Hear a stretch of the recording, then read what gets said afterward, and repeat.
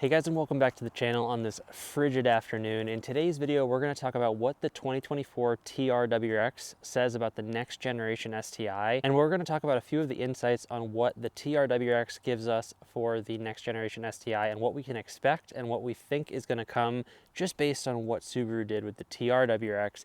And I think it actually says a lot. If you're at all curious about the next generation STI or just where Subaru is going to be going with their platform, definitely stick through the video. If you're not otherwise subscribed, please consider subscribing, and let's get into the video. If you're not familiar, Subaru has recently, a couple months ago, released the 2024 Subaru WRX TR, or the TR WRX. It's not actually in production yet, but they've released that they're going to be releasing it for the 2024 model year, and it's going to be part of the VB generation WRX. Now, unfortunately, the TR WRX doesn't come with any performance modifications. It just comes with a whole slew of cosmetic, suspension, handling modifications that, in my opinion, don't add a lot of value, but I know some people are excited about it. It doesn't add a ton to the car, but what does that mean from Subaru? So Subaru has done something for the first time. You know, they've had other, like the Type RA, they've had the old TR, they've had all these renditions of different vehicles where they do things to performance, to change the engine characteristics, and we have seen it in the past. But in the last couple years, we've seen Subaru move further and further away from doing things like that and just adjusting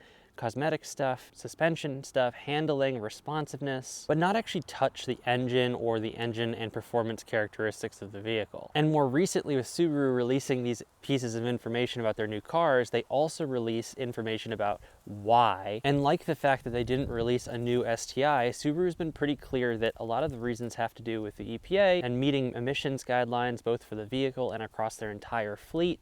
And what does that really mean? Well, it means enough that the new STI hasn't come out yet. They couldn't make it work with the new emission guidelines across the entire fleet of vehicles, and Subaru was very transparent about that. So what does that mean for the next generation STI, and what can we take from the TR WRX and from the non-release of the STI?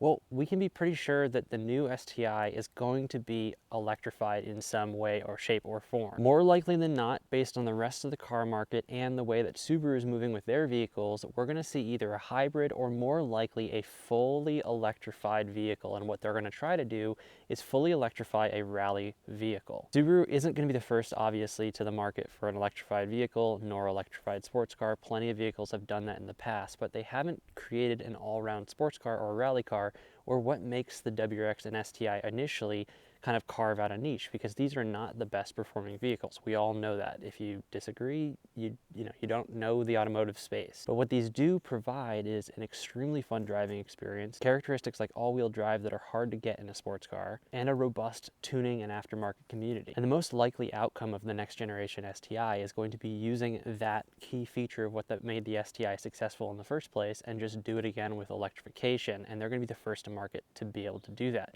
And if they can do it at a reasonable price, you know, there could be some real thinking there. Unfortunately, Subaru hasn't had a lot of success with their electric vehicles, so we're not sure when it's actually going to come. And it does also mean making a big change in the overall lineup of this car. My guess is that we're going to see this in the 2027, 2028 years, but the reality is we just don't know. All that we can take away from the 2024 TR WRX is the fact that Subaru is battling with issues of emissions, the EPA, and it is affecting their lineup and what they can sell to their customers. So I think that that's the most important takeaway, and I think it really shows us a guiding factor to what's to come with the new STI, because we know that they're not going to give up on the STI.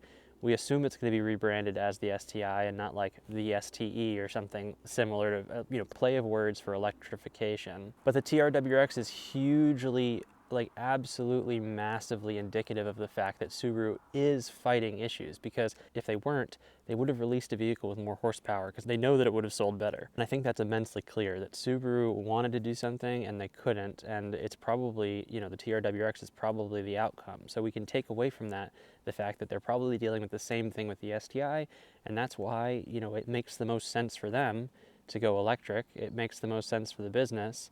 And it's just the way the automotive market is moving. So that's basically it for today's video. I just wanted to kind of solidify that takeaway that we had from the TR WRX and what it really means for the STI, or the newest STI. And otherwise, hopefully you guys enjoyed the video, and I'll see you in the next one.